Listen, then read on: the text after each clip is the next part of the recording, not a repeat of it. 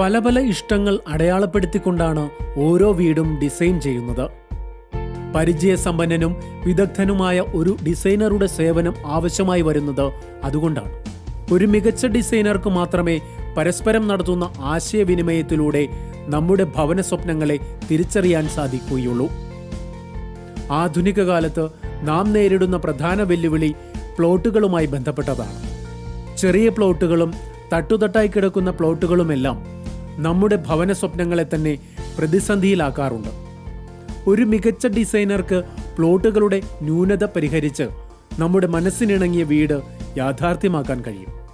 Plot തിരഞ്ഞെടുക്കുമ്പോൾ നമ്മൾ ഏറ്റവും അധികം ശ്രദ്ധിക്കേണ്ടത് അതിൽ ആ പ്ലോട്ടിലെ ജലലഭ്യതയാണ് നമ്മൾ ഏറ്റവും ആദ്യമായിട്ട് നമ്മൾ ശ്രദ്ധിക്കേണ്ടത്. അതുകൂടാതെ വഴി എപ്പോഴും നമ്മൾ പ്ലോട്ടിലേക്കുള്ള വഴി നമ്മൾ തിരഞ്ഞെടുക്കുമ്പോൾ പരമാവധി കിഴക്ക് ഭാഗത്തുനിന്നും വടക്ക് ഭാഗത്തുനിന്നും നമ്മുടെ പ്ലോട്ടിലേക്ക് പ്രവേശിക്കുന്ന രീതിയിൽ വഴി കിട്ടുമെന്ന് നോക്കുക. അതിന് സ്ഥലത്തിൻ്റെ ആ പരിമിതി മൂലം നമുക്ക് ചിലപ്പോൾ സാധിച്ചെന്ന് വരില്ല. എങ്കിലും ഏറ്റവും നല്ലത് വടക്ക് ഭാഗത്തുനിന്നും കിഴക്ക് ഭാഗത്തുനിന്നും നമ്മുടെ പ്ലോട്ടിലേക്ക് പ്രവേശിക്കുന്നതായിരിക്കും നല്ലത്. പിന്നെ അതുകൂടാതെ കിണർ എല്ലാം നമ്മൾ നല്ല സ്ഥാനത്ത് തന്നെ, നമുക്ക് ജലാശയം വരേണ്ട സ്ഥാനത്ത് തന്നെ നമ്മൾ കിണർ കുഴിക്കുകയാണ് ഏറ്റവും നല്ലത് ശാസ്ത്രപ്രകാരം. അതുപോലെ സെപ്റ്റിക് ടാങ്ക്, പിന്നെ വേസ്റ്റ് വാട്ടർ പിറ്റുകൾ, ഇതെല്ലാം അതേതായ വീടിൻ്റെ ആ കോർണറുകളെല്ലാം ഒഴിവാക്കി അത് നല്ല സ്ഥാനം നോക്കി തന്നെ അതെല്ലാം ചെയ്യുകയാണ് വാസ്തുശാസ്ത്രപ്രകാരം നമുക്ക് ഉത്തമമായിട്ട് വരുന്നത്. പിന്നെ അതുകൂടാതെ പോർച്ചിൻ്റെ സ്ഥാനവും, പിന്നെ വീടിന് ചുറ്റും നമുക്കിഷ്ടമുള്ള വൃക്ഷങ്ങൾ വെച്ച് പിടിപ്പിക്കുമ്പോഴും അതെല്ലാം വാസ്തുപ്രകാരം ഓരോ ദിക്കുകളിലും വെക്കേണ്ട വൃക്ഷങ്ങളെക്കുറിച്ച് പറയുന്നുണ്ട്. അത് എല്ലാം നമ്മൾ നോക്കി നമുക്ക് ചെയ്യുകയാണെങ്കിൽ ആ വീട്ടിൽ വളരെ നല്ലൊരു പോസിറ്റീവ് എനർജി, അതായത് പോസിറ്റീവ് എനർജി എന്ന് പറയുമ്പോൾ ഇപ്പോൾ തെക്ക്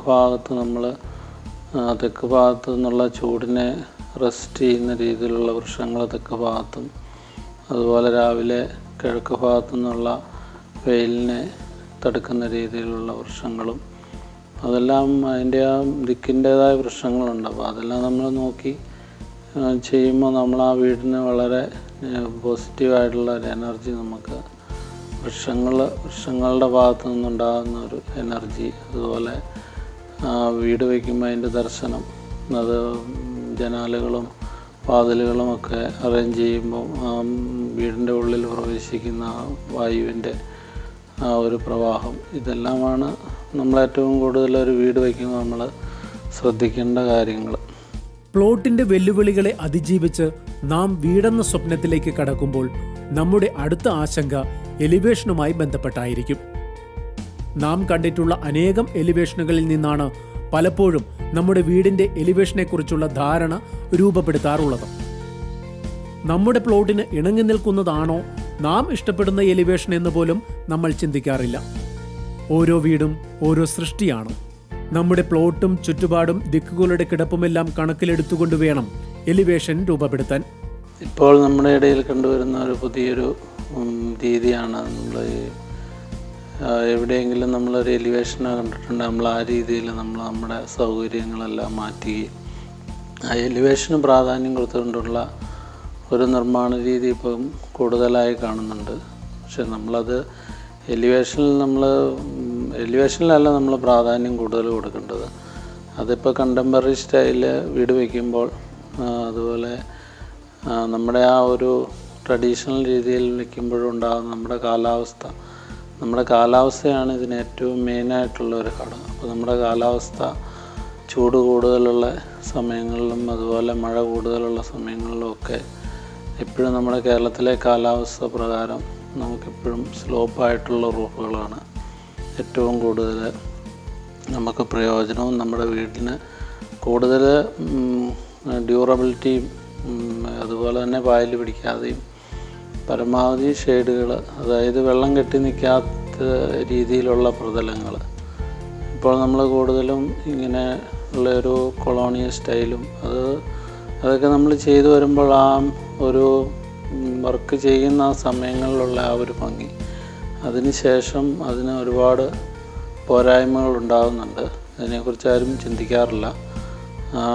നമ്മളൊരു എലിവേഷൻ കണ്ടു, അതായത് ഏട്ടിലെ പശു പുല്ല് തിന്നിയല്ല എന്ന് പറഞ്ഞതുപോലെ എലിവേഷനിൽ കാണുന്ന ആ ഭംഗി കൊണ്ട് നമ്മളതും പ്രകാരം വീട് വെച്ചിട്ട് പലരും 2-3 വർഷം കഴിയുമ്പോൾ അത് പായൽ പിടിക്കുകയും അതുപോലെ കൂടുതൽ ലീക്ക് ഉണ്ടാകുകയും അങ്ങനെ ഒരുപാട് കംപ്ലൈൻറ്റുകൾ കാണുന്നുണ്ട്. അതുകൊണ്ടാണ് നമ്മൾ കൂടുതലും നമ്മുടെ ആ നമ്മുടെ കേരളത്തിലെ കാലാവസ്ഥ അനുസരിച്ച് ആ ട്രഡീഷണൽ രീതിയിലുള്ള റൂഫുകൾ കൊടുത്തു കഴിഞ്ഞാൽ നമുക്ക് കൂടുതൽ വീടിന് ഡ്യൂറബിലിറ്റിയും അതിനോടൊപ്പം തന്നെ കംപ്ലൈൻറ്റുകളും കുറഞ്ഞിരിക്കും. ഒരു വീട് നിർമ്മിക്കുമ്പോൾ എലിവേഷനേക്കാൾ കൂടുതൽ പ്രാധാന്യം നൽകേണ്ടത് അതിനകത്തെ സൗകര്യങ്ങൾക്കാണ്. ഒറ്റനില വീട് വേണോ 2 നില വീട് വേണോ എന്ന തീരുമാനത്തിൽ നിന്ന് വേണം സൗകര്യങ്ങളുടെ പ്രാഥമികമായ വിശകലനം ആരംഭിക്കാൻ. നമ്മുടെ ഇഷ്ടങ്ങൾക്കും ബജറ്റിനും പ്രാധാന്യം കൊടുത്തുകൊണ്ട് വേണം സൗകര്യങ്ങളെ തിരഞ്ഞെടുക്കാൻ.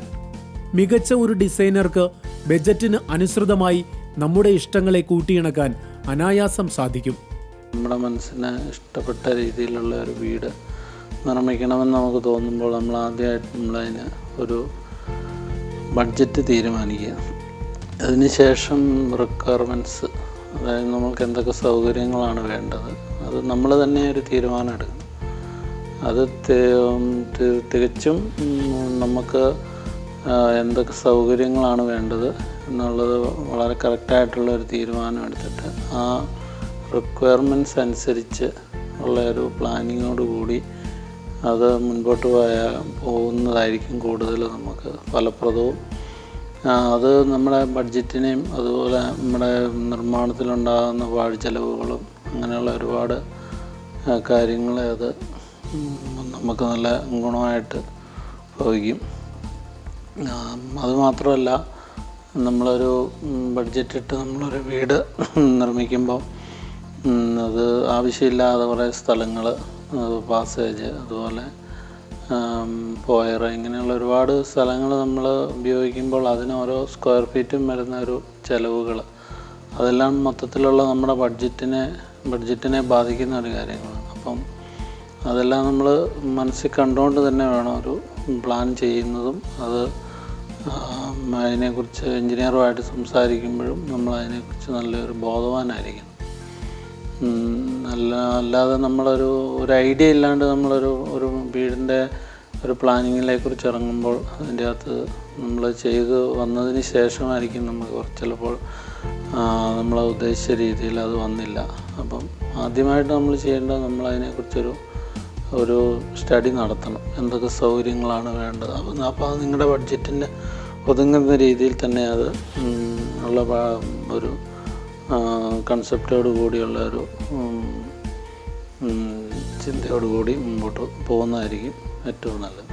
ഏത് ശൈലിയിൽ നിർമ്മിക്കുന്ന വീടാണെങ്കിലും വാസ്തുശാസ്ത്രത്തിന്റെ പിൻബലത്തോടെ നമുക്ക് സ്ഥാനങ്ങൾ നിർണ്ണയിക്കാൻ കഴിയും. പ്രകൃതിയുടെ ഊർജത്തെ വീടിന്റെ ഊർജവുമായി ബന്ധിപ്പിക്കുകയാണോ യഥാർത്ഥത്തിൽ വാസ്തുശാസ്ത്രം ചെയ്യുന്നത്? വീടിന്റെ അനുകൂല ഊർജത്തെ നമ്മുടെ സന്തോഷമാക്കി മാറ്റാൻ വാസ്തുശാസ്ത്രപ്രകാരമുള്ള വീടുകൾക്ക് കഴിയും. അടുക്കളയ്ക്കും കിടപ്പറയ്ക്കുമെല്ലാം കൃത്യമായ സ്ഥാനങ്ങൾ വാസ്തുപ്രകാരം നിഷ്കർഷിക്കുന്നുണ്ട്. ഇപ്പോൾ കൂടുതൽ കാണുന്ന ഒരു പ്രവണത എന്ന് പറഞ്ഞാൽ, എവിടെയെങ്കിലും നമ്മളൊരു പ്ലാൻ കണ്ടു, അത് നമ്മൾ അതിൻ്റെ പ്ലാൻ എടുത്ത് നോക്കി നമ്മൾ ആ പ്ലാൻ നമ്മുടെ പ്ലോട്ടിൽ നിർമ്മിക്കുകയും അതിൻ്റെ സ്ഥാനങ്ങളും മറ്റു കാര്യങ്ങളും ഒന്നും ശ്രദ്ധിക്കാതെ, അതിൻ്റെ അളവുകളൊന്നും ശ്രദ്ധിക്കാതെ പലരും അങ്ങനെ പണിതതിന് ശേഷം ഒരു 5-10 വർഷം കഴിയുമ്പോൾ അത് പിന്നെ ബെഡ്റൂം അതിൻ്റെ അളവ് ശരിയായില്ല, അതുപോലെ അടുക്കളയുടെ അളവ് ശരിയായില്ല, അപ്പോൾ അതിൻ്റെ സ്ഥാനത്തിന് മാറ്റമുണ്ട്, ഇങ്ങനെയൊക്കെ പറഞ്ഞ് ഒരുപാട് കസ്റ്റമേഴ്സ് നമ്മുടെ അടുത്ത് വരാറുണ്ട്. അപ്പോൾ അതൊക്കെ നമ്മൾ നേരത്തെ തന്നെ നമ്മളൊരു വീട് നിർമ്മിക്കുമ്പോൾ തന്നെ നമ്മളിതെല്ലാം ശ്രദ്ധിച്ച് അത് വാസ്തുപ്രകാരം നോക്കണമെന്ന് ആഗ്രഹമുള്ളവരത് പ്രകാരം എല്ലാം നോക്കി അതിൻ്റെ കണക്കുകളും എല്ലാം നോക്കി അത് ചെയ്യുകയാണെന്നുണ്ടെങ്കിൽ അവർക്ക് ഈ പറഞ്ഞൊരു മാനസികമായിട്ടുള്ള ബുദ്ധിമുട്ടും അല്ലെങ്കിൽ പണച്ചെലവുകളും മറ്റുമെല്ലാം വളരെയധികം ലാഭിക്കാനും പറ്റും. പിന്നെ അതിനോടൊപ്പം അവരുടെ മാനസികമായിട്ടുണ്ടാകുന്ന ബുദ്ധിമുട്ടുകൾ, ഇതെല്ലാം ഒരുപാട് ഇപ്പോൾ കണ്ടുവരുന്ന ഒരു പ്രവണതയാണ്. അത് വളരെ ശ്രദ്ധിച്ച് കാര്യങ്ങൾ കൈകാര്യം ചെയ്യുകയാണെങ്കിൽ ഇങ്ങനെയുള്ള ഒരു കുഴപ്പങ്ങളെല്ലാം നമുക്ക് ഒഴിവാക്കാവുന്നതാണ്. വലിയ പ്ലോട്ടിലാണെങ്കിലും ചെറിയ പ്ലോട്ടിലാണെങ്കിലും നമുക്ക് വാസ്തുപ്രകാരം വീട് നിർമ്മിക്കാൻ സാധിക്കും. ആധുനിക ശൈലി വീടുകൾക്ക് വാസ്തുശാസ്ത്രം ഇണങ്ങുകയില്ല എന്നത് തികച്ചും മിഥ്യയായ ധാരണയാണ്. എപ്രകാരമുള്ള വീട് നിർമ്മിക്കണമെന്ന നമ്മുടെ തീരുമാനത്തിൽ നിന്നാണ് വാസ്തുശാസ്ത്രത്തിന്റെ പ്രസക്തി ഉദിക്കുന്നത്. വാസ്തുശാസ്ത്രപ്രകാരമുള്ള വീട് നിർമ്മിക്കണോ അതോ എഞ്ചിനീയറിംഗ് പ്രകാരമുള്ള വീട് നിർമ്മിക്കണോ എന്ന് തീരുമാനിക്കേണ്ടതും നമ്മളാണ്. നമ്മളൊരു വീട് പണിയുമ്പോൾ നമ്മൾ ഏത് രീതിയിൽ വേണം? നമുക്ക് എഞ്ചിനീയറിംഗ് രീതിയിലാണ് നമ്മൾ വേണ്ടത്. എഞ്ചിനീയറിംഗ് രീതി എന്ന് പറയുമ്പോൾ അത് നമ്മുടെ വാസ്തുപരമായിട്ടുള്ള കണക്കുകളൊന്നുമല്ല അതിൽ ഉപയോഗിക്കുന്നത്. അത് നമ്മുടെ സൗകര്യങ്ങൾ, പിന്നെ അതിൻ്റെ സ്ട്രെങ്ത്, അങ്ങനെയുള്ള വിഷയങ്ങളാണ് കൂടുതലും അതിൻ്റെ അകത്ത്. അതിൻ്റെ ഇപ്പം ബെഡ്റൂമിൻ്റെ പൊസിഷനോ അല്ലെങ്കിൽ അടുക്കളയുടെ പൊസിഷനോ ഒന്നും അതിൻ്റെ അകത്ത് ചിലപ്പം അത് ശ്രദ്ധിച്ചിട്ടുണ്ടാവുകയില്ല. അത് എഞ്ചിനീയറിംഗ് രീതിയിൽ ഡ്രോയിങ് വരയ്ക്കുമ്പോൾ അത് അങ്ങനെയുള്ള വിഷയങ്ങൾ, അങ്ങനെയുള്ള കാര്യങ്ങളെക്കുറിച്ച് അവർ ചിന്തിക്കുകയില്ല. അത് സൗകര്യങ്ങൾ കൂടുതൽ പ്രാധാന്യം കൊടുത്തുകൊണ്ട് അവർ അങ്ങനെയുള്ളൊരു ഡ്രോയിങ് ചെയ്യുന്നു. അങ്ങനെ യോജിപ്പിച്ച് കൊണ്ടുപോകണം എന്നുണ്ടെങ്കിൽ നമ്മൾ ആദ്യമേ തന്നെ അതിൻ്റെ സ്ഥാനവും അതുപോലെ വാസ്തുപ്രകാരമുള്ള കണക്കുകളും അതിൻ്റെ വാസ്തുപ്രകാരം നമ്മൾ എല്ലാം ശ്രദ്ധിച്ച് ചെയ്യുകയാണെങ്കിൽ നമ്മൾ അങ്ങനെ ചെയ്യുക. ഇല്ലെങ്കിൽ നമ്മൾ എഞ്ചിനീയറിംഗ് രീതിയിലാണ് നമ്മൾ വീട് നിർമ്മിക്കുന്നതെങ്കിൽ ആ രീതിയിൽ നമ്മൾ വീട് നിർമ്മിക്കുക. അപ്പോൾ ഈ ഒരു തിരിച്ചറിവാണ് നമുക്കെപ്പോഴും ഉണ്ടാകേണ്ടത്. 1/4 നൂറ്റാണ്ടിലേറെയായി വാസ്തുപ്രകാരമുള്ള ആയിരക്കണക്കിന് വീടുകൾ ഡിസൈനർ അനിൽകുമാറിന്റെ കരവിരുതിൽ വിരിഞ്ഞിട്ടുണ്ട്. ശാസ്ത്രത്തിനപ്പുറം പ്രായോഗിക ജീവിതത്തിന് കൂടി പ്രാധാന്യം കൊടുത്തുകൊണ്ടാണ് അദ്ദേഹം ഓരോ വീടും രൂപകൽപ്പന ചെയ്യാറുള്ളത്. മനുഷ്യ മനസ്സിന്റെ അപ്രവചനീയത ഓരോ വീടു നിർമ്മാണത്തിലും പ്രതിഫലിക്കുന്ന കാഴ്ചയാണ് ഇന്ന് നാം കാണുന്നത്. ദൈവികമായ ഉൾവിളിയോടെയാണ് നമ്മുടെ ആശങ്കകൾക്ക് ഉത്തരം പകരുന്ന ഓരോ വീടും അനിൽകുമാർ യാഥാർത്ഥ്യമാക്കുന്നത്. പ്രകൃതിയോട് ചേർന്ന് മനുഷ്യൻ പരുവപ്പെടുമ്പോൾ വീടും പ്രകൃതിയോട് ഇണങ്ങി നിൽക്കണമെന്നാണ് അദ്ദേഹത്തിന്റെ അഭിപ്രായം. 1/4 നൂറ്റാണ്ടിലേറെയായി അദ്ദേഹം യാഥാർത്ഥ്യമാക്കി കാട്ടുന്നതും അതുതന്നെയാണ്.